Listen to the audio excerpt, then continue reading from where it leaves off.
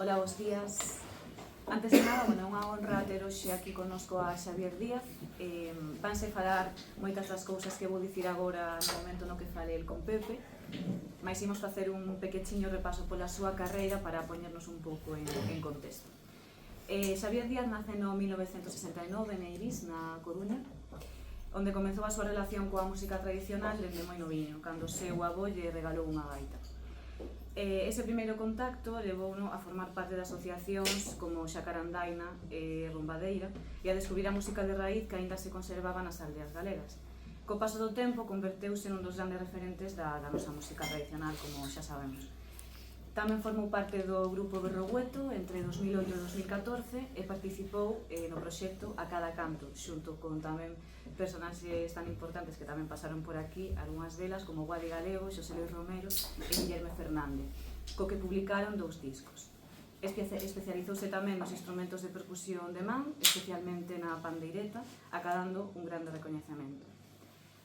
Dende 2014 lidera o proxecto Xavier Díaz e as Aduceiras de Salitre, que publicou varios discos e realizou centos de concertos por todo o mundo. A súa obra recibiu importantes premios e recoñecemento internacional, destacando o Premio Martín Codas en 2020. Sempre curioso, continúa renovando a música tradicional galega e dándolle nova vida. Disfrutade da conversa.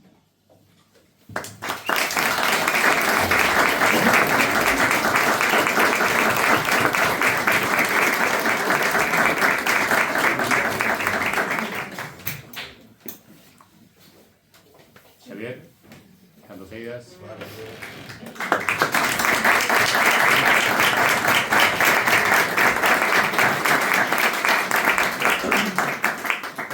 Bueno, Xavier, le pido a Piruchela. Xa escoitaras falar da Piruchela, non? Escoitei os programas, ademais. Que veis? Sí, escoitei os programas. Agaso do Xía, faltame do Xía, pero o resto escoiteimos todos. Moi ben.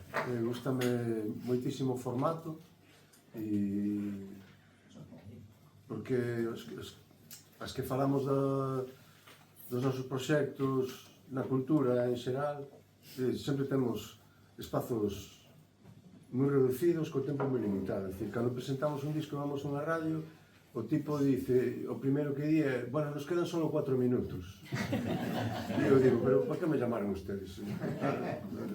Quedan 4 minutos, pongo un pouco de publicidade, non me moleste, ou así facendo un pouco de Fernán Gómez, non? Sí. Entonces, ter a posibilidade de facer, de conversar pausadamente sobre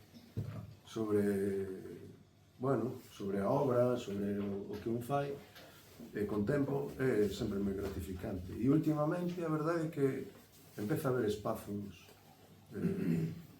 nos que se fan conversas un pouco máis pausadas e eu vou celebro moito, claro. Sí, a min a verdade é que me facilita moito o traballo as introducións, neste caso a de Carla, non? Porque digamos que poñemos a parte máis formal, a traxectoria a un lado, non?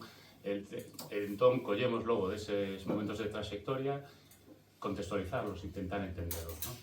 Pero bueno, eu estou che falando aquí do formato e tal, pero ti tes experiencia radiofónica. Ti tes ese proxecto que se chama Se chama. Tres peixes voando, que sinceramente do pouco que se pode escoitar de música na radio galega, hoxe en día, desde hai moitos anos xa.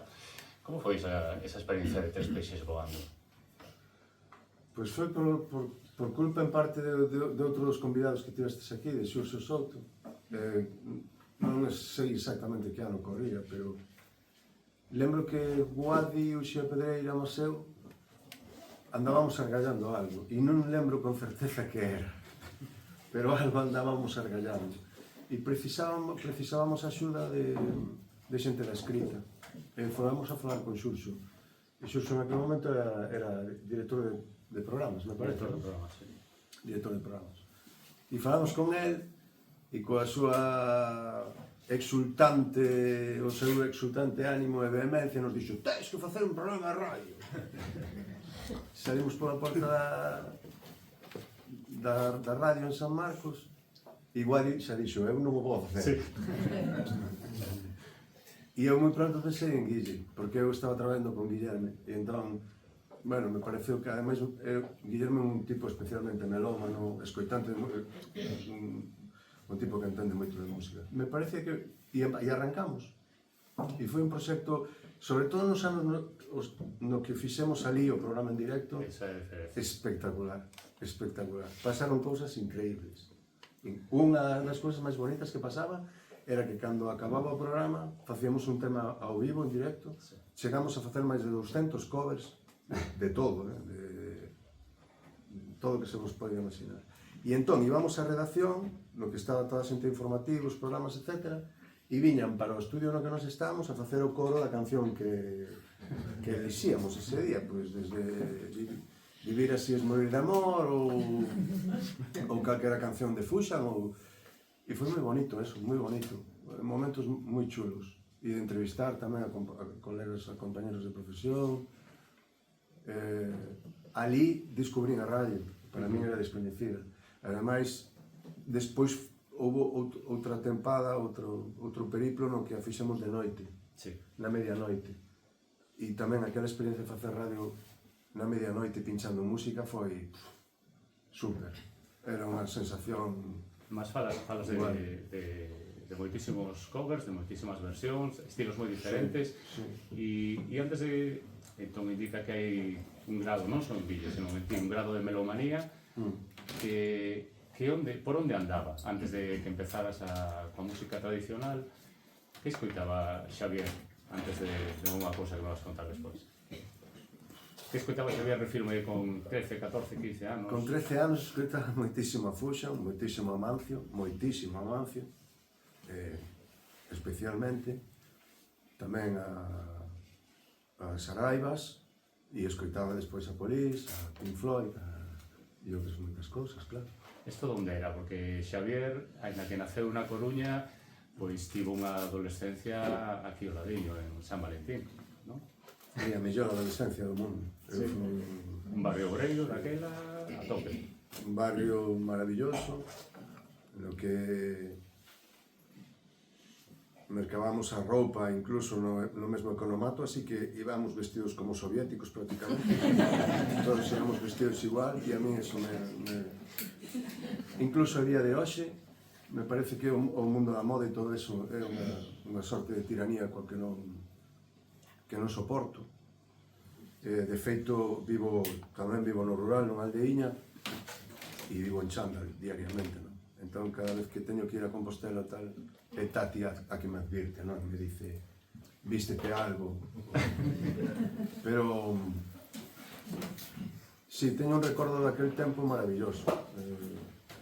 Maravilloso. Nos criamos, ademais, nun momento no que andaba por aí agochada digamos que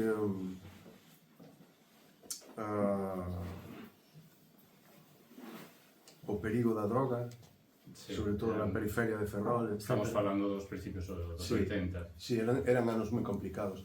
Entón, os nosos pais e as nosas nais tiñan un especial interese en que houbera moita actividade cultural e deportiva. De feito, papá, por exemplo, estivo no xerme do nacemento das Olimpiadas do Concello de Fene, e tamén no nacemento do Centro de Promoción Social de San Valentín, que foi onde eu empecé a asistir a aulas de gaita con aquel home que está ali sentado. Entón xa foi antes de Coruña, porque eu quería Sí, claro. Quería preguntar sobre o IAR nos Castros. Aí onde foi o primeiro, bueno, o segundo contacto coa música tradicional como intérprete, como aprendiz, como... Saímos do barrio nun momento de moita violencia, porque un era un adolescente que non entendía por que lle desmontaban esa sociedade idílica na que todos vivíamos felices, fundamentalmente felices. Non é que vivíramos moi ben, nin tivéramos moitas riquezas, nin nada, pero vivíamos moi felices, non? E tivemos unha infancia, eu creo que moi feliz. E de repente chegou a violencia da reconversión, todo se violentou, se violentaron as vidas dos nosos pais, das nosas nais e as nosas propias, porque non entendíamos ese desgarro de sair do barrio para aterrizar na Coruña mentre escoitábamos nos bares e que os nosos pais eran sinvergüenzas, que se cargaran eles o hosteleiro, e aí unha violencia implosionando dentro moi tremenda, non? E moi dura, moi difícil. E tanto para min como para o meu irmán. E aí aparece IAR, porque eu estaba no instituto, en un instituto tamén, tive moita sorte, un instituto maravilloso, un instituto de Monelos, no que estudaba naquele momento, por exemplo, Mercedes Peón, no que estudaron, bueno, pues, ilustres como Manolo Rivas, por exemplo, un instituto especial, con un profesorado moi especial tamén, moi sensible á cultura, etc. E unha profesora de música enterouse de que eu tocaba gaita. E eu meter a gaita nunha maleta, nunha bolsa. Foron ao agasallo do teu avó? Foron ao agasallo do meu avó, Manolo aprendeu a tocar a gaita, pero aquela gaita estaba guardada porque tamén significaba de alguna maneira recordar aquel lugar tan maravilloso do que procedía e me provocaba moito sufrimento, non? Enfrentarme a iso e enfrentarme en un lugar que en aquel momento para min era un pouco inhóspito.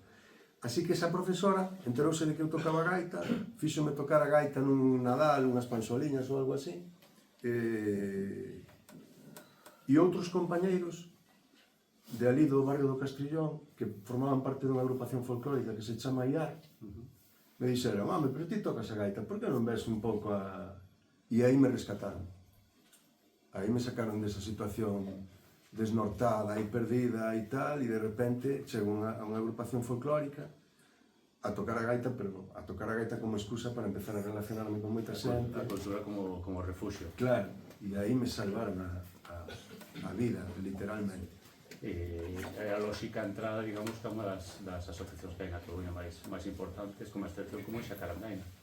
Sí, aí, despois dese paso por IAR, a min préndeme a querencia polo baile tradicional, e había un programa que botábamos nas fines de semana que se chamaba Gente Joven, non? Sí. Era un concurso de... Os domingos pola mediodía. Un concurso de diferentes paus, e un deles era os bailes regionales, por que chamaban... E Xacarandaina formaba parte sempre dos que participaban no tal. Ademais formaba parte e lles pegaban unha paliza normalmente aos maños e todos esos, bailaban moi ben. E gustoume moito, empecé a bailar e chamei dunha maneira así un pouco punky, chamei ali a agrupación, o director Enrique Peón me fixo unha audición e dixo, a ver, que sabes bailar? E dixenlle, todos os bailes que bailastes nas finales do Gente Joven. Sí, pero... O sea, que mentres outros estaban, que era aquela tamén co do hip hop e o breakdance en Tocata, ti estabas vendo Gente Joven practicando baile tradicional. Algo así. E algo de hip hop tamén, e algo de breakdance tamén. Vamos a non profundizar demasiado nesa parte, pero sí. Sí, coexistían eses dous mundos. Pero fundamentalmente o máis importante que eran espazos amables. Sí. Eu volví a encontrar espazos nos que respirar, joder. Sabes, porque despois daquela primeira situación tan violenta, eu estaba perdido, sabes? Imagínate, salgo de San Valentín, chego a un instituto, ademais chego a primeiro de bachillerato, e me encontro ali, pois, a los chorbos, con os pitillos, las motos, e aquilo foi moi duro ao principio. E despois, por sorte, xa digo, grazas ao folclore, un pouco como excusa nese momento, me sentí moito mellor, claro. E son nestes tempos a finais dos 80, xa tema de Xacarandaina, e aquí xa comeza un pouco o que entrar na industria entendido como gravar discos, non? Como se forma a Rumbadeira?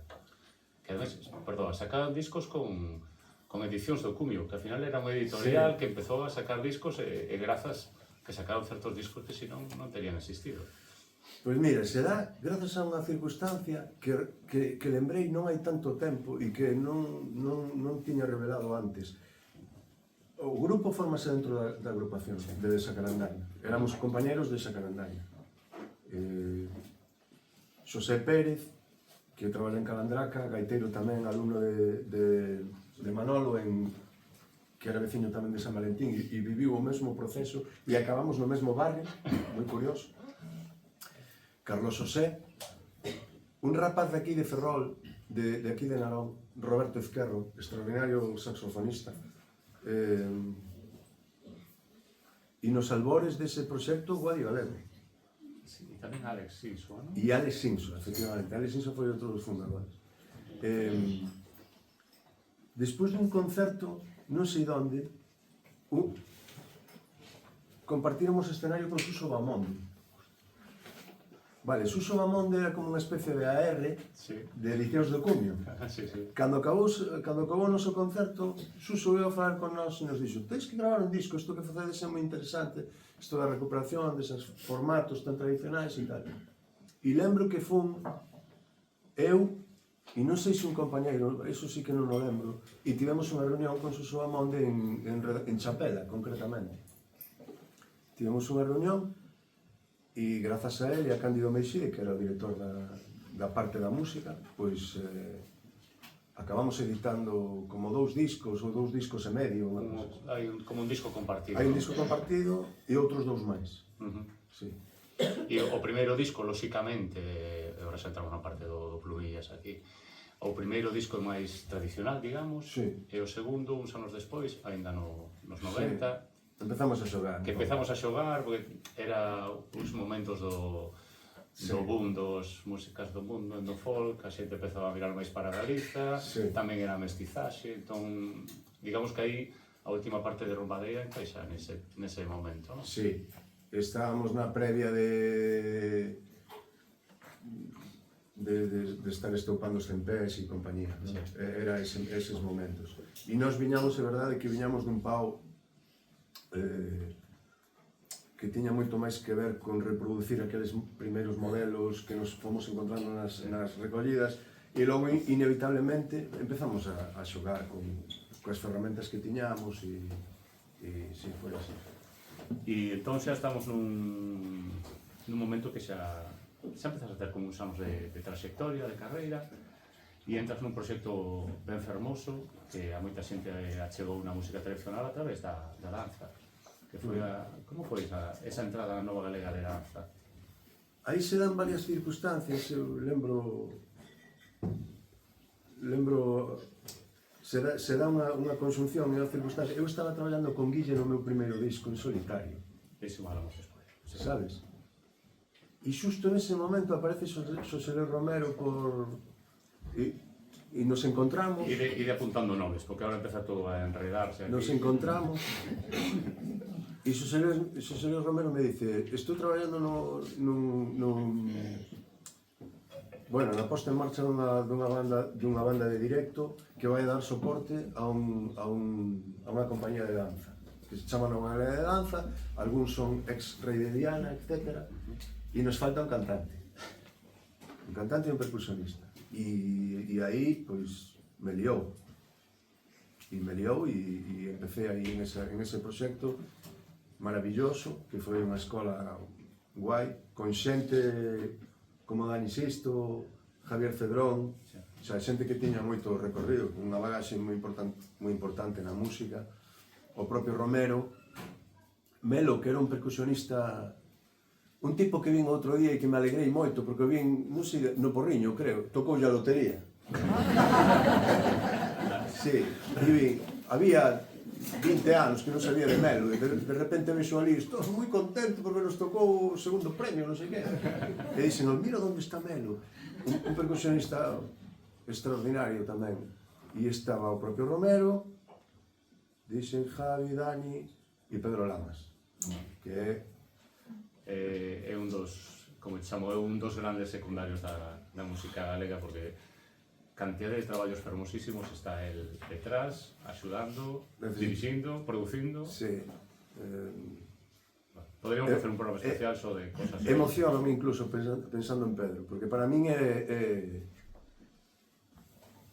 Pedro o poño na mesma estantería que Óscar Fernández. E mira que isto que che estou dicindo, para min probablemente son as dúas figuras referenciais, Pedro Lamas e Fernández. Os cocazos, que se soe decir. Sí, son os tipos que estaban na cociña de cousas moi maravillosas, tocaron teclas que fixeron que o discurso, que o percorrer da música tradicional e a música folk cambiara, sin eles autorreferenciarse demasiado. Sempre estiveron, como ti dices, aí detrás, pero eu creo que tocaron teclas que fixeron que algunhas cousas cambiaran determinantemente na música. Me parecen dúas figuras relevantes. E eu tive a oportunidade de coñecer a Pedro ali, en ese grupo. E ademais un grupo que tiña moito de experimentación. Aí había moita experimentación. Xa se empezaba a entrecruzar a música tradicional co jazz, coa música máis americana, con moita armonía, con moita melodía, con cousas moi curiosas. Para min foi unha escola impresionante, unha banda tremenda. Estamos a comezos de século e agora vamos a, digamos que a xogar un pouco coa cronoloxía. Como vos decía antes, empezaron aquí a enredarse dun xeito maravilloso varios proxectos, e en 2001 hai unha banda que era a referencia internacionalmente, sobre todo da Galiza, que eran Berrobueto, e no disco de Hepta de 2021 entras invitado a cantar unha canción con Guadi, que é unha das cancións que máis nos gusta, que é os Cantos de Monzón, non sei? De Monzo. De Monzo. E entón aí, pois xa queda como prendida unha, vamos a decir, unhas lapas que despois, cando Guadi toma a decisión de ser de Berrobueto, pois foi casi como un encaixe natural, un proceso duro tamén, proceso duro, de sustituir ou de facer unha nova etapa cunha voz, neste caso masculina, en Berrobueto. Isto dá para falar moitísimo. Sí, con Guadi éramos amigos. Por iso xa... Eso é o máis importante de todo. Con Guadi éramos amigos. Somos amigos dende hai moito tempo. Aquí non hai salseo como este grupo que ahora hai que... La Oreja de non sei que... Todas estas... No, aquí hai verdade. Aquí as colaboras, as sustitucións... Éramos colegas. Entón, eu, cando ela me convidou a facer os Cantos de Monzo, que participei en algunha outra canción, que se quede... Pero sí... Foi unha experiencia moi grata en aquel momento. A pesar de que a peza tiña moito máis que ver, quizáis, co meu mundo, incluso que cos propios Berrobuetos, porque era unha peza que se sostén sobre unha armonía moi básica, con un teclado e nada máis. Moi como deixando como resaltando esa música patrimonial, esa melodía tan bonita e dun lugar moi especial, dun lugar no que Guadi e eu estivéramos grabando aquelas señoras. Todo tiña moita emoción.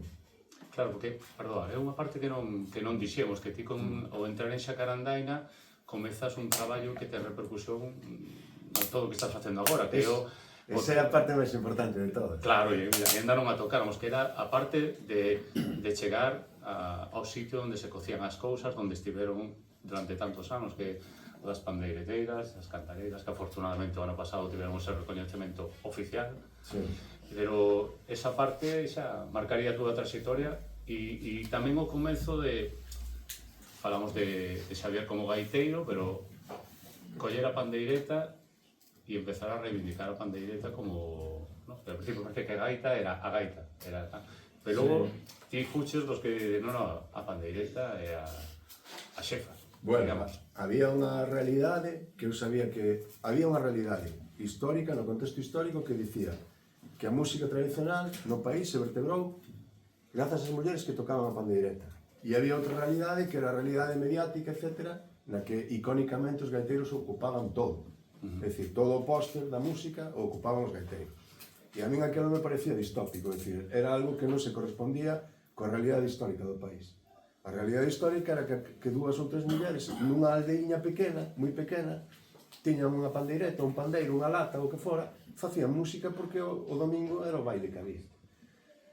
E de repente, claro, corrían anos nos que, xa digo, os gaiteiros e as gaiteiras ocupaban todo, sabes? E eu aí empecé a furar, empecé a pensar que aquelo había que equilibrarlo, non había que dispararlle a ninguén, pero sí había que buscar un equilibrio, non? E de feito despois, cando estoupou todo coas tanxugueiras, etc., eu xa viña dando guerra dende había anos, non? Pero de alguna maneira tive a sensación de que o tempo que me dera razón nese sentido de que ese equilibrio era necesario. E E foi, bueno, e no meu caso foi grazas a todos aqueles anos de sair as fines de semana por aí a facer grabacións, que foi a miña universidade, a miña escola e o patrimonio máis importante que atesorei na miña vida a efectos de vivencias e de impacto que me provocou, sabes? Seguimos aí comezos do 2000, colaboración con diferentes artistas e tamén en un momento que xa o comentamos nalgún outro podcast no que mudou a Radiodifusión de Galicia. Durante uns anos, falábamos antes de Xurxo, dirixindo contidos, e chega un momento no que as artistas galegas pues, empezan a soar na radio. Hai Canción do Verán, Apolo Hit e todo isto, e ti sacas un primeiro disco que se desmarca un pouco, sí, a ti, Músicas de Salite, un disco que ademais deulle nome a vosso selo discográfico, por exemplo. E é un disco, pues, como ves agora co paso dos anos, porque é un disco máis cantautor, pop, non sei. Habería que regresar ali a aquel momento e velo naquel momento. Claro. Naquel momento houve un proxecto, por exemplo, unha xira que se chamaba... Como se chamaba? Non me voy a acordar ahora o nome. De feito, fixéramos mesmo unha canción. Os que formábamos parte daquela xira, daquel proxecto, que se repetira en varias cidades do país, éramos Marful, Guadi e Guille, eu con ese proxecto, Narz e Dios que te crio. Como se chama? Ao pé da letra. Ao pé da letra. No último concerto viñera convidado Jorge Drexler a cantar a vivo e nos tomamos ali un arroz na pedra e el me confesou ali que viña un pouco asustado porque tiña medo de que o meteran nun festival de cantautores al uso, cando ele estaba intentando escapar desa etiqueta, non? Por que che conto isto? Por situarnos nese momento este disco. Claro, entón, ese disco é un disco de música pop, sí, desde o meu punto de vista. sentido máis amplo. No sentido máis amplo, feito en galego no ano 2005. Claro. Entendes? Esa é un pouco a cuestión, hai 20 anos. Agora mesmo, pois, formaría parte da estantería de 20-25 discos de música pop no ano 2025, pero en aquel momento non había. É dicir, non existía como tal prácticamente, non? Entón, bueno, fixen ese escarceo e despois volvín outra vez a reconducirme polo camiño da música tradicional e da música folk. Foi un momento, claro, despois deste disco que ahora eso, como decíamos, hai que verlo con contextualización, pero logo, vamos a decir, o bruto, volviches ao rego, digamos así, e sacaches un disco maravilloso que para moita xente foi como, non sei, unha lavazada na cara que o Coplo esparecía con Pedro Lamas e Suso Iglesias e ese disco, a verdade que nos marcounos moitísimo. Como foi a non renegar, pero sí decir volvo para aquí ou non sei se hai algo diso. Eu notaba que ese rego era o meu. Eu sentíame moi cómodo e aí non había nada de impostado, non me sentía moi cómodo. Igual que até agora, é dicir, en ese sentido sabía que ese era o meu lugar, que o meu lugar era ese, me sentía cómodo, nada renxía, e se deu a circunstancia maravillosa, outra vez, eses anos de confluencia de todas esas cousas, Nova Galega de Danza, Pedro Lamas, Suso Iglesias, que exercía de sustituto de Romero cando non iba a tocar o acordeón, eu empezaba a facer cousas solo na casa e tal, e falei con Pedro. Pedro me parecía que era un tipo que tiña unha visión e de repente se empezaron a cruzar aí cousas que nos gustaban, música tradicional galega, con Jan Garbarek, con non sei que, con non sei canto, metimos todo eso aí, con un acordeonista extraordinario, un saxofonista e un creador maravilloso, e fixemos un disco, un dos discos que a mí dos que máis satisfeito estou na miña carreira, sen lugar a dúdas. E que teño ganas de de retomar de alguna maneira, de volver un pouco ese espírito, sabes? Porque me parece un disco... Espero que che queden exemplares, porque non sei onde metí. Así que, todos eches algo para... Algún debe haber, sí, algo. Ben, falamos despois. Este disco, sen abandonar Músicas de Salitre, houve un disco que os teño xuntos sempre, que é o Despido.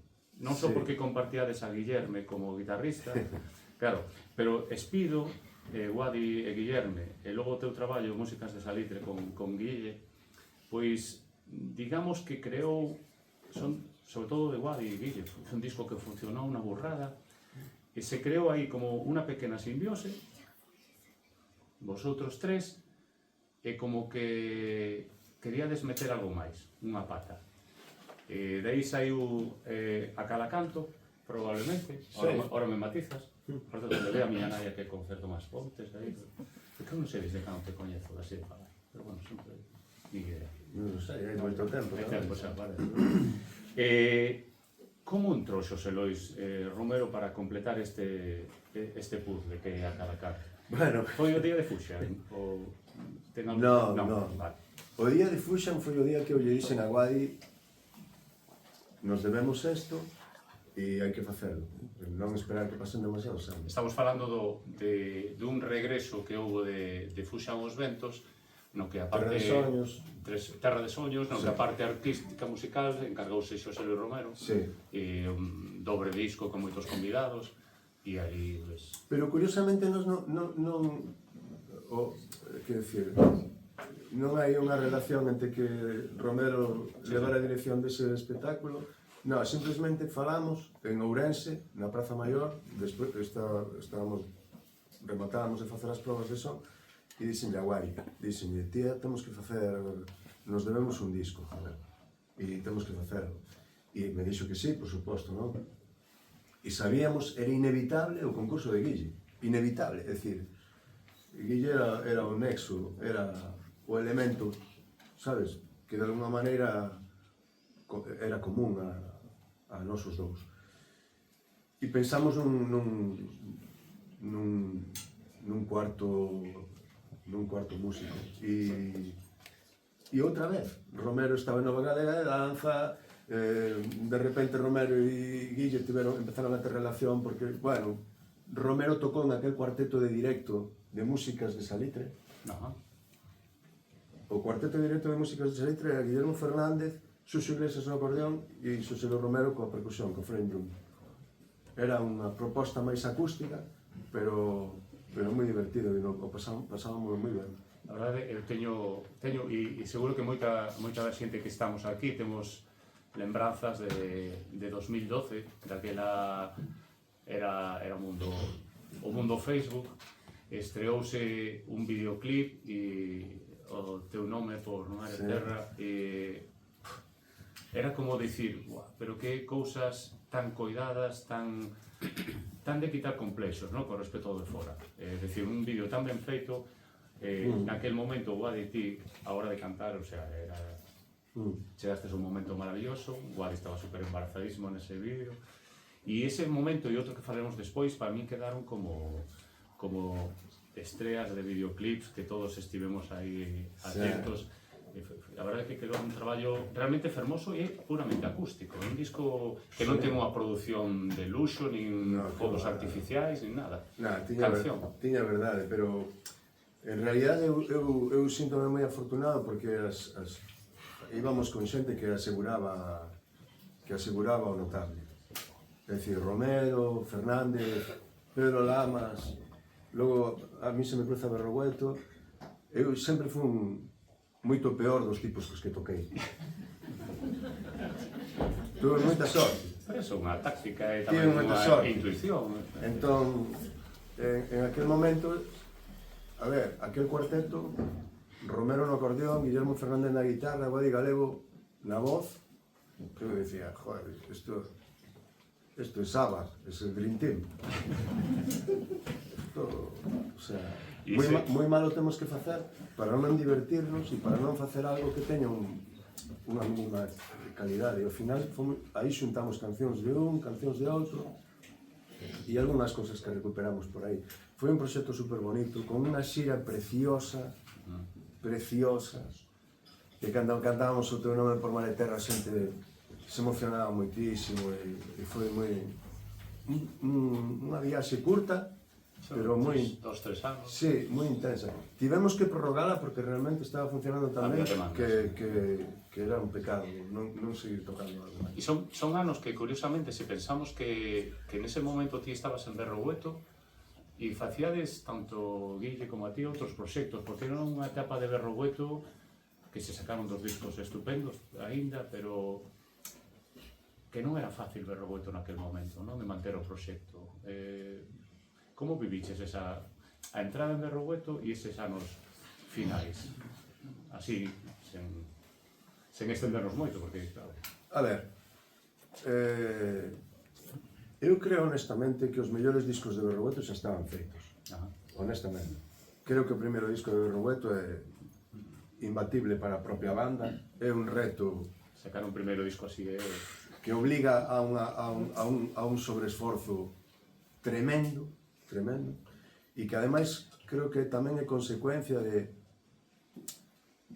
toda a ilusión, toda a enerxía, todo o talento que puxeron en facer ese disco e todo o tempo que lle dedicaron era moi difícil de reproducir despois, non? Entón, creo que despois sacaron discos tremendos, sin lugar a dúbidas, pero tremendos, é dicir, Viaxe por Urticaria é un discón, Hepta é outro discón, e eu entro nun momento no que a banda xa ten un pouco de fatiga, entendes? Entón, eles mesmos recoñecen que o meu concurso, pois de alguma maneira, les fai coller un pouco de aire para continuar, pero é verdade que a banda xa estaba un pouco máis fatigada que ao principio, non? Lóxicamente. Entón, eu vivo coa ilusión dun xiareiro, que eu era xiareiro de Berrogueto e os iba a ver nun verán 12 veces, e con ese, non sei, con esa sí, foi unha ilusión. Que a moita xente que éramos máis roqueiros.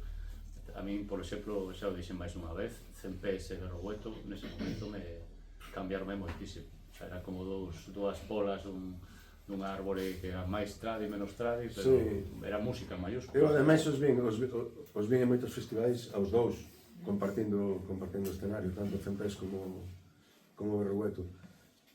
Berrogueto era unha locura. Cando eu era xiareiro, non digo cando eu entrei, pero cando eu era xiareiro era unha locura, era unha máquina dun tren, era unha cousa... Se non lembro mal, e que me podes corrixir, desde logo, unhas festas de Ferrol no Parque de Raíña Sofía, creo que o cartel era Berrogueto, CMPS e Lilia. Son unha animalada. O sea, o ves agora e dices, eso é, non sei, unha maravilla. Sí, eran tremendos. E esa foi a sensación que tive tamén cando cheguei aos primeiros ensaios, que ese ofadino despois con Guadi moito. Os ensaios de Berrogueto... Guadi me axudou moito nese sentido. Porque eu cando entrei en Berrogueto tuve unha reunión e o manager e eles me dixeron bien, ves aquí a cantar, pero tens que tocar a gaita. E eu sabía que tocar a gaita ao nivel da banda, ao nivel instrumental da banda, ao nivel de Pintos, que era o outro gaitero da banda, que me iba a exixir moitísimo, non? E eu non estaba tampouco... Si estaba tocando en Nova Galega e tal, pero bueno, non con ese grado de exigencia. E me tuve que poñer a estudiar moitísimo. Moito, porque cando entrei no primeiro ensaio e arrancaron o primeiro tema, dixen... Hostia, tío... Aparte, eu xa sabía que non había ningún parvo, non? Pero o que me sorprendeu foi a suma, sabes? Iban como un obús, sabes? Todos tocando esas cousas a sete e con compases moi complexos e a unha velocidade indiañada. E non esperaban nin hostias, sabes? Nin miraban para... Bueno, temos aquí o chaval, vamos a ver se... No. Ras. E entón, ao principio foi difícil, porque era subirse a unha maquinaria que estaba en movimento, que levaba moitos anos xa funcionando así, e aí friccionei algo, ao principio no sentido de que me tuve que poñer moito as pilas. Tamén che digo, cando algunhas veces que toquei ben con eles, era... insuperable. Era insuperable. Non, tampouco eu non prestaba demasiada atención ao que pasaba no público, na platea. Simplemente era insuperable. Para mí, tocar con eles era unha cousa, decía, joder, isto é para... xa está. Me acordaba de Manolo e de toda a viaxe, non? E dixen, joder, estuve aquí tocando con estos tipos que son a bomba. E foi moi bonito. Sí, o público agradecía moito, de feito a última xira que hubo que como inventar unha xira de salón de casa, esa foi, a xira de despedida foi de choreira, tras choreira. Si non quero chorar eu, pero que son moi chorón, pero acórdome da de Santiago, a de Santiago é a de Vigo, pero a de Santiago foi, saímos ao escenario, o último concerto, saímos ao escenario, se puxeron de pé, empezaron a aplaudir e pasaron de cronómetro prácticamente 7 ou 8 minutos nos que non nos podemos sentar a empezar a tocar e eu recordo de darme a volta e mirar a Palacín e facer e máis. Como empezas? Sí, pero bueno, foi bonito e creo que tamén foi moi bonito porque foron moi honestos, sabes? Eu creo que é unha banda en ese sentido impecable, no sentido de, jo, que bonito, ¿no? Acabar cando estás aí ben, en forma e ter a honestidade de dicir, xa dixemos o que tínhamos que dicir, quedan aí 5 discos maravillosos, vámonos e deixamos aí un cadáver incorrupto, creo que para o resto. Son estes momentos, supoño que estabas a dar clases de... Naquele momento non, despois da miña entrada na banda, eu deixei prácticamente. A miña entrada na banda foi, a miña presentación foi no Rosalía de Castro, na Coruña,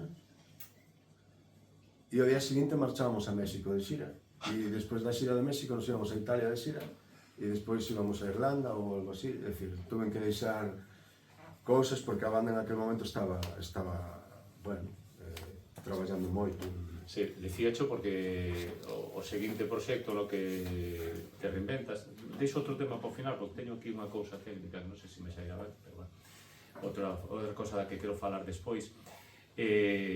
Falaba antes de A Cada Canto, daquel momentazo en YouTube, e logo no 2015, antes do verán xusto, houve outro momentazo, que foi cando se presenta o videoclip en da grabación, en Pontemaceira de Xavier Díaz e a do Feiras de Salitre, a Cantiga da Montaña, que tamén foi como nun día unha burrada ainda non había WhatsApp, creo, pero unha burrada de reproduccións, é dicir, pero que cosa máis bonita vos quedara, estaba a xente como alucinada. Como surdiu o proxecto de a do Feiras de Salitre? Porque, de certo modo, en lugar de facer ti coplas parecía seguir retraballando versos tradicionais e recollidas, leválo a un formato novo e técnicamente coido que bastante máis complexo do que parece, non? Sí, bastante máis. Aí de feito foi necesario o concurso de máis xente para, por exemplo, a nivel técnico de solventar os instrumentos, os micrófonos nas adufas. Todo eso foi bastante lioso. Pero para situarnos, era 2007, me parece, 2007 Coplas parecía, e 2014 empezou a traballar para as adufeiras. 7 anos, neses 7 anos, eu paso por Nova Galega de Danza, entro en Berrogueto, cesa a actividade de Berrogueto, marcho de xira con Budiño e con Kepa Junquera, o sea, participo das súas dúas bandas en solitario, e metido 2 anos con eles, 2 anos guais tamén de aprendizaxe, moi interesantes. E en todo ese parón, o sea, todo ese tempo parou o Xavier que viña de Coplas parecía facendo cousas, non? Entón eu xa tiña algunhas cousas e daba aulas, despois din aulas. Sí, fixen unhas aulas moi especiais, as que viña Leandro aquí fixen, foi unha cuestión que me ocupou durante un tempo. Eu vía moitas eivas na aprendizaxe e no dominio técnico máis ou menos dos instrumentos de percusión de man polo xeral no país. Vía moitos executantes, moita xente aficionada, pero pouca xente que tocara moi ben, por dicirlo de alguma maneira. E eu levaba uns anos xa de compromiso con iso. Así que montei unhas aulas aquí en Narón, outras en Compostela e outras na Coruña. E ali empecé a impartir aulas fundamentalmente de pandeireta e de pandeiro. E en aqueles lugares foi cando me din conta de que 7 ou 10 ou 12, 15 pandeiros tocando xuntos tiñan un poderío e unha acústica moi especial. Como eu estaba xa facendo cancións, dixen, pois estaría guai que algunhas mozas destes lugares, de feito, as Adufeiras de Salitre foron unha sorte de selección entre esa escola de Narón, a da Coruña e a de Santiago. Vale. E así nace un pouco a historia. E 4 discos xa, Sí. recoñecemento isto nas revistas especializadas de folk a nivel europeo e todo isto. Bueno, E sí. en que son 10 anos xa, 11. Son 11 digamos, con sí, discos. 10. En que estado se atopa o proxecto agora mesmo? Porque o último disco de 2024 xa... Como está?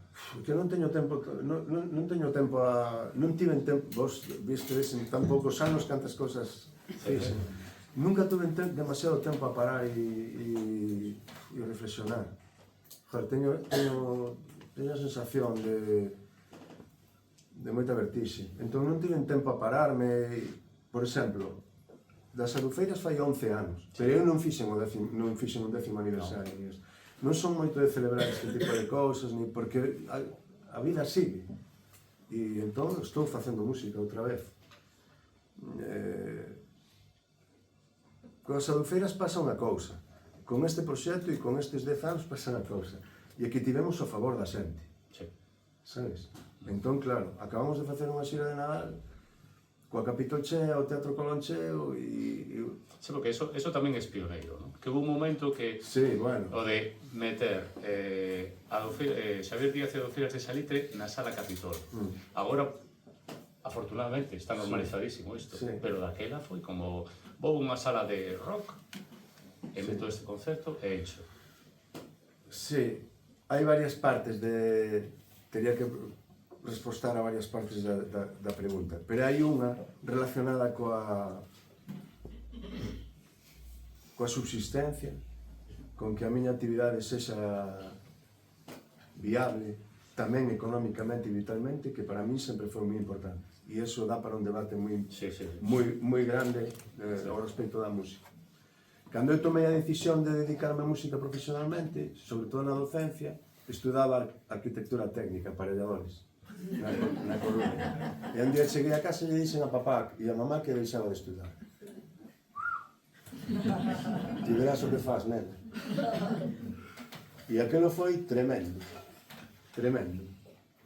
O sea, tremendo. E un dos retos que eu establecín en aquel momento foi que a miña actividade como músico da música tradicional fora viable. En parte para darlle nos morros ao meu pai. Pero aparte diso, para demostrarme a mí mesmo que eu tomara unha decisión, tiña que ser consecuente con ela e que aquelo podía ser viable. É que iso implica moitísimas cousas. Moitas. Es que ter que promocións, producións... En todos estes últimos anos, o que fixen foi intentar controlar a dependencia de circuitos, administracións, etc.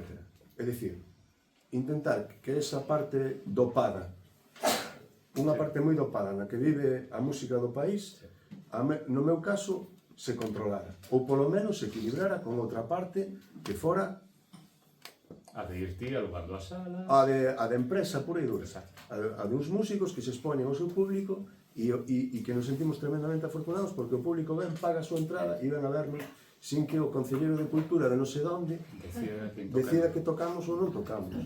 E esa é a parte máis satisfactoria, a parte en ese sentido da relación co público. É a máis satisfactoria. E tivemos o favor da xente. Entón, claro, cando ti tes o favor da xente, eu acabou esta xira de Nadal cuns números maravillosos, cos teatros cheos, e digo, que carallo vou a facer? Que vou a facer? Triple mortal ou que podo facer? hai que seguir cantando e volver a cantarlle a esta xente, non? Porque moitas veces, non sei, moitas veces eu creo que é un discurso un pouco efectista, non? Pero moitas veces nos liamos en ese rollo de no, yo non me quero repetir, vou a facer unha cousa, non sei que, non sei canto, patatín, patán. Equilibrio. Sí, non só o equilibrio, pero se ti lle plantexas unha cousa, ti estás toda a túa vida buscando o grial. Atopas o grial. A xente compra o grial e despois lle dices, no, pero lo voy a tirar e lo voy a esconder porque non quero saber nada del, porque non sei que, non sei que. E digo, e eu, cando escoito algúns compañeros e compañeras decir iso, digo, a ver, pero non entendo isto. Levas toda a vida intentando iso, atópalo, compártelo coa xente, a xente dache esa aprobación, e ti a continuación dices, no, vou desmontar todo, porque tal. Eu non son capaz. O sea, pero hai unha parte... Eu non son capaz. Sí, pero aparte de eso, dese grial que atopas, hai unha parte túa que necesita...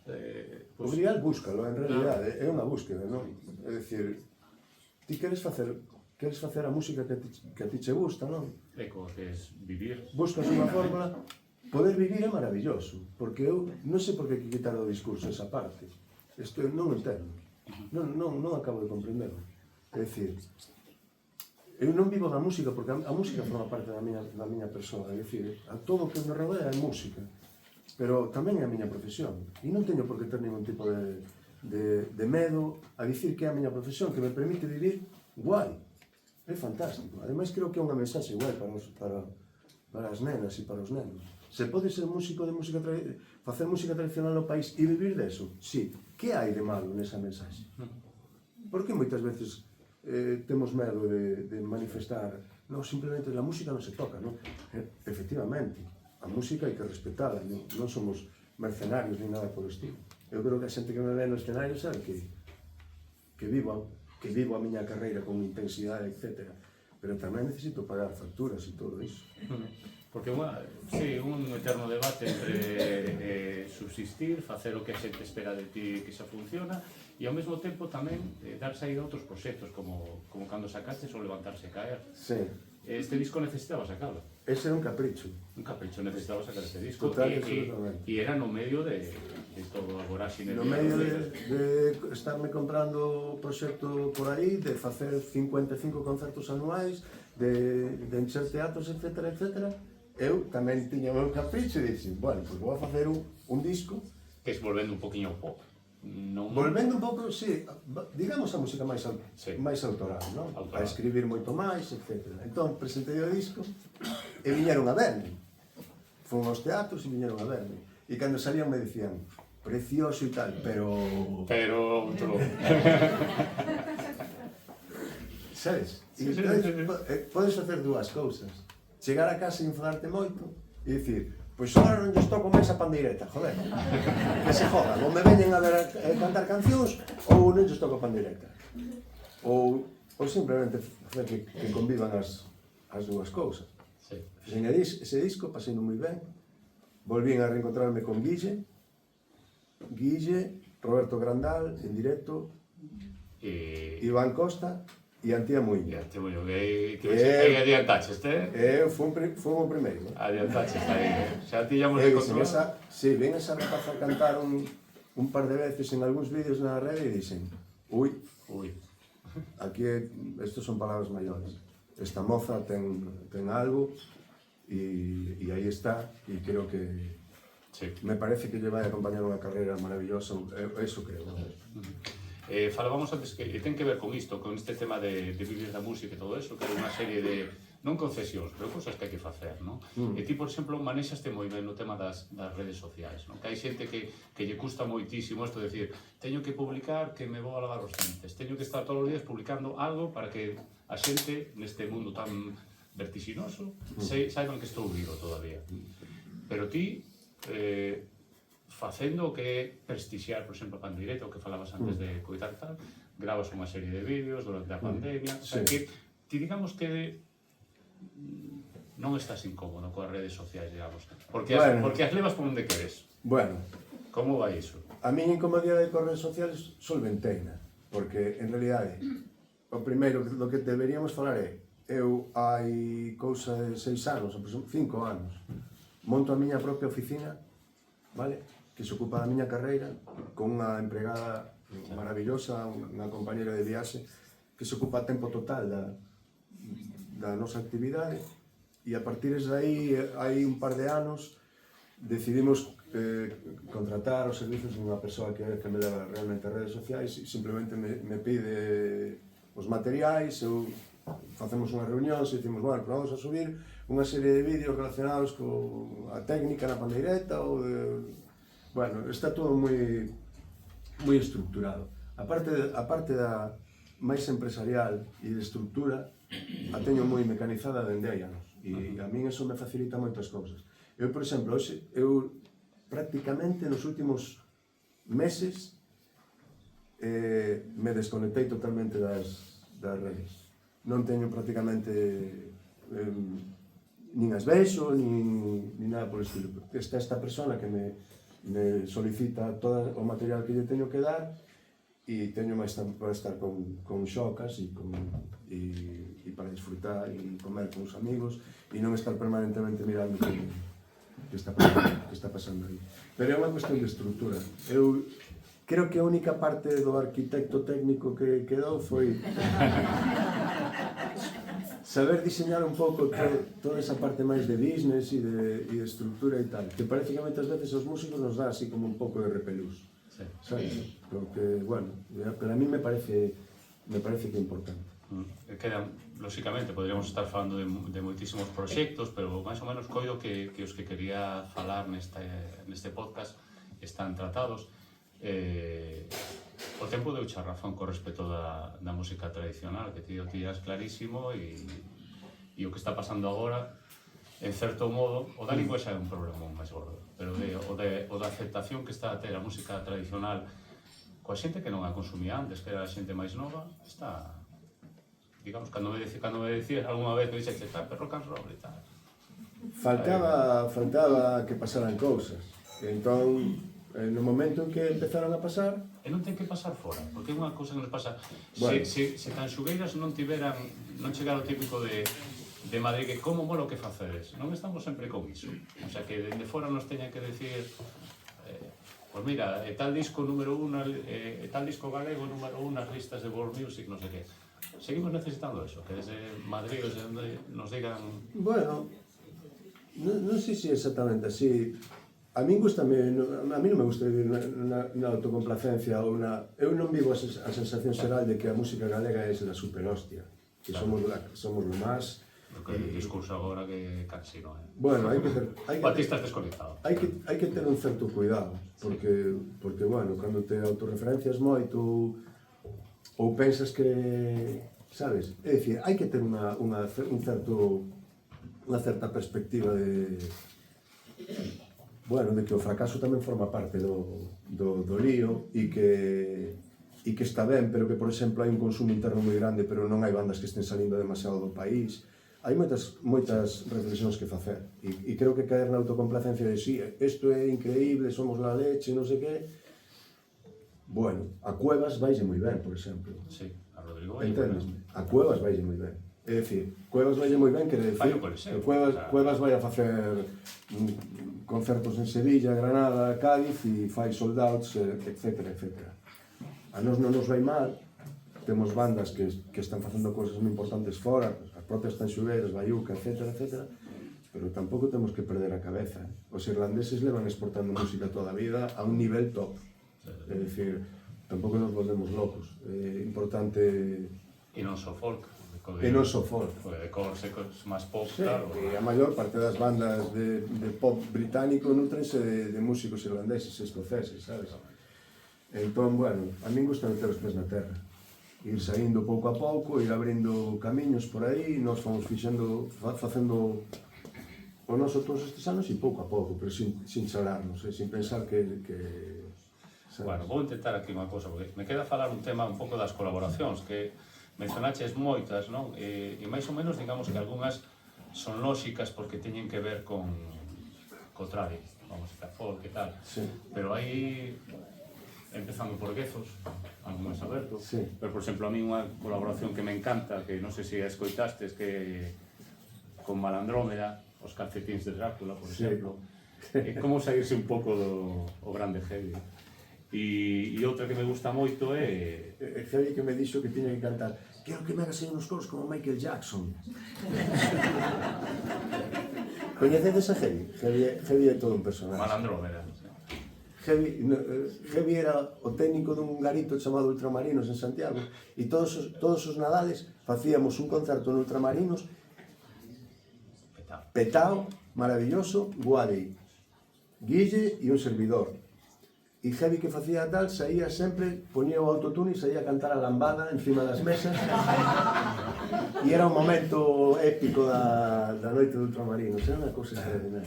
Espero moi. Que vas a poñer aí? A ver, espera a ver se consigo que se escoite. Querido Xavier, que tal? Aquí Dani Alonso dende o frío Hostias! Teu veciño de San Valentín, ese lugar do que sempre pensei que deunos algo especial, era unha montaña rusa de emocións. Sabes, se non o sabes, digo xa ahora que a verdad que sinto unha admiración por o teu traballo e por ti en especial, a verdad moi grande.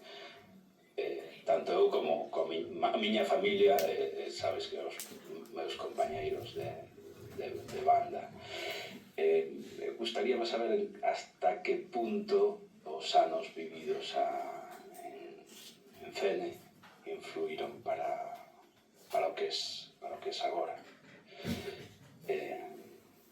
Nada, unha aperta moi grande para ti, outra para Pepe, e vémonos por aí. Que guai. Volvemos a Fene, acabamos el círculo. Naceu todo aí, todo naceu aí. O salitre naceu aí. Bueno, por certo, antes de que explique Xavier, Dani, Neno Elliot, dos amigos dos músicos, unha canción que tamén vos recomendo, Cabalo Gañador, na que participas ti, os amigos dos músicos, sí, que se fixeron dos discos, pero vaya disco. Sí, vaya tipos, Ali empezou todo, naceu todo ali. Naceu a utopía, o soño, a música, todo.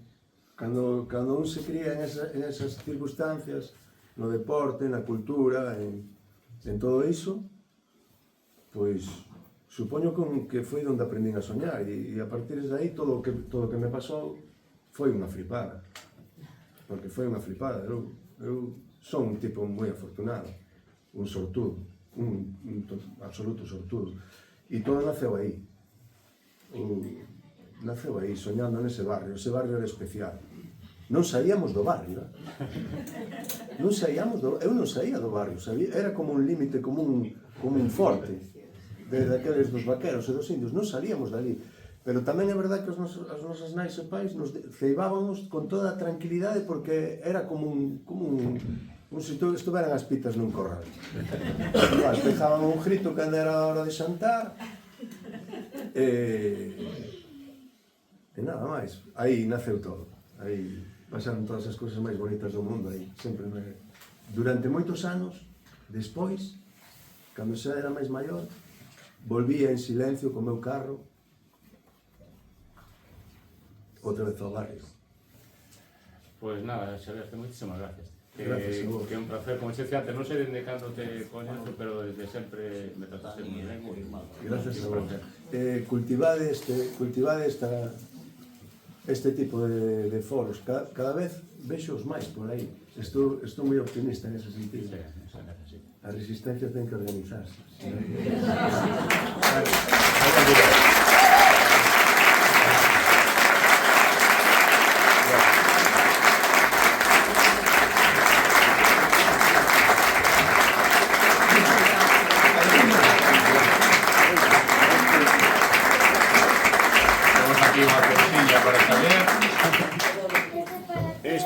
Dani. Moitas grazas, linda.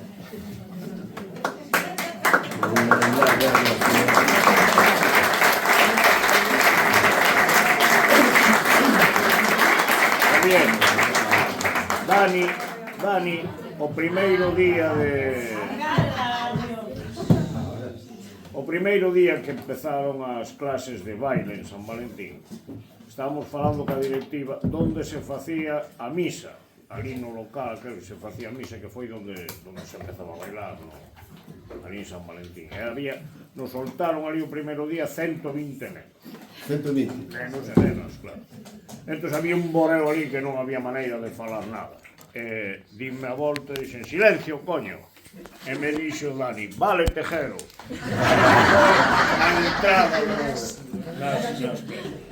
Bueno, porque Emilio con... Eran así un tajallas. Con Manolo foron os mestres que nos empezaron a aprender ali.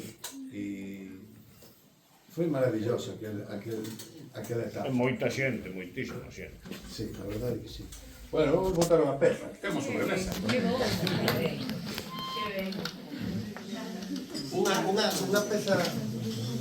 Unha peza que tamén está relacionada con eso que falábamos antes de que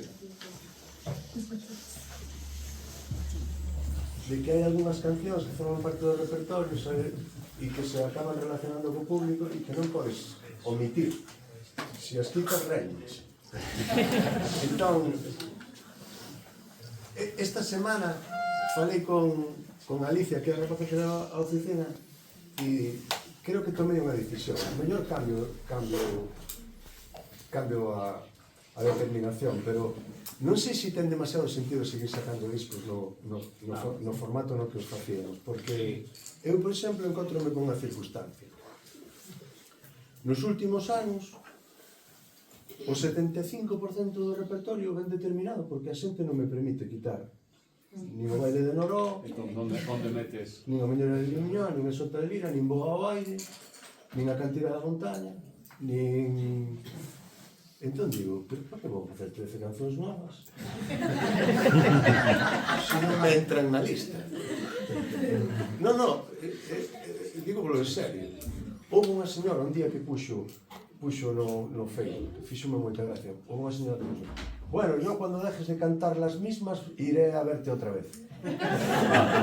E en cambio teño a certeza de que se cambiara todas as que estou tocando, o resto me dirían, ou cantas esas ou non vamos a verte. E non son poucas. No Salón das Cereixas, sonche... Sí, entón, claro, eu creo que o mellor vai a ser facer 4 cancións e ver se dúas ou tres se poden incluir no repertorio, pero facer un disco inteiro co sacrificio que supón. Este último, que a mí me parece un bo disco, pero van a entrar aí 2 cancións, e non máis. É realmente difícil. Pois un mix. Un mix, claro. E viña a decirvos iso porque esta peza da que lle fixe eu a Lala de Muxía e fixenlle un arranxo hai tempo co acordeón, un arranxo que funcionou moi ben, e a peza foise metendo pouco a pouco no repertorio e xa hai moitos sitios, moitas veces cando teño concerto, os días anteriores mandanme mensaxes privadas polo Instagram e polo Facebook e poñen ali, bueno, espero que cantes esta pieza porque si no tal, con amenaza. E eu accedo. Non son como Bob Dylan que dice voy a tocar las que no quieres, sino... Non, eu toco esas. Claro, se queren esas, toco esas. Despois, cando chego a casa, con a guitarra, e canto as que a mí me dá gana. E esta canteina, este verán, tocamos en Muxía. E é un himno local, non? É unha peza moi importante ali. E non sabía cal iba a ser a resposta porque tampouco é unha peza rítmica ni nada, e foi impresionante. A cantaron como en Anfield cantan os xiareiros estes do Liverpool. Foi maravilloso. E logo propúxenlles que o último día da romería da Virxe da Barca que nos podíamos ver ali nos Cantís ao lado da Pedra da Valar, e fomos ali e veu medio pueblo e foi coa caída, coa posta de sol, foi un momento maravilloso cantalo ali con eles.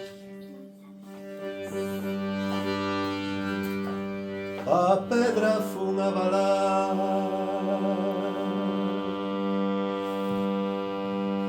eu fui a balar a pedra fui a balar. Eu fui a balar a pedra que está no medio do mar, que está no medio do mar. Ai la lelo, ai la la.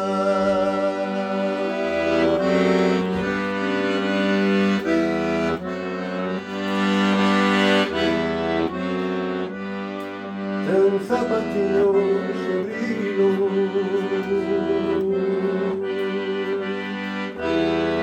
Nosa Señora da Barca, ten zapatillos de brillo,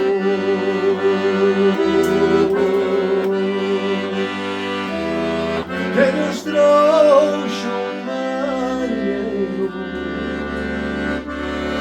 que arribou na mar perdido,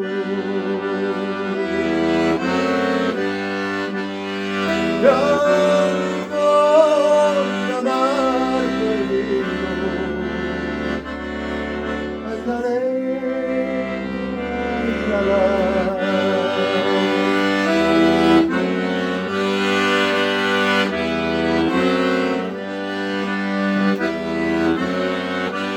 Nosa Señora, fadeime.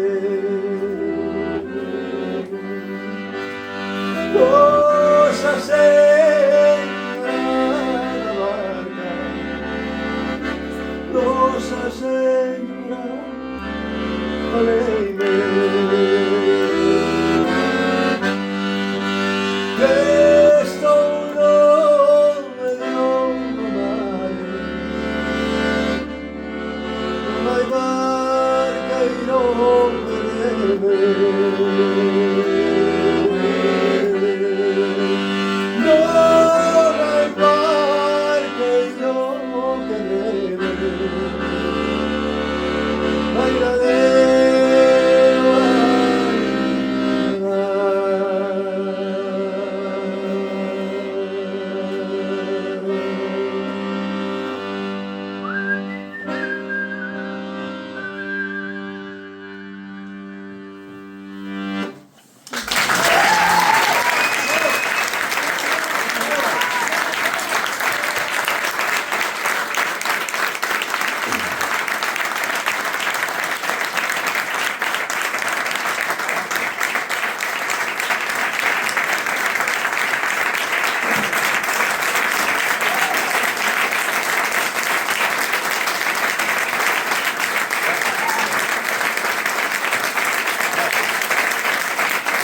Muito bem.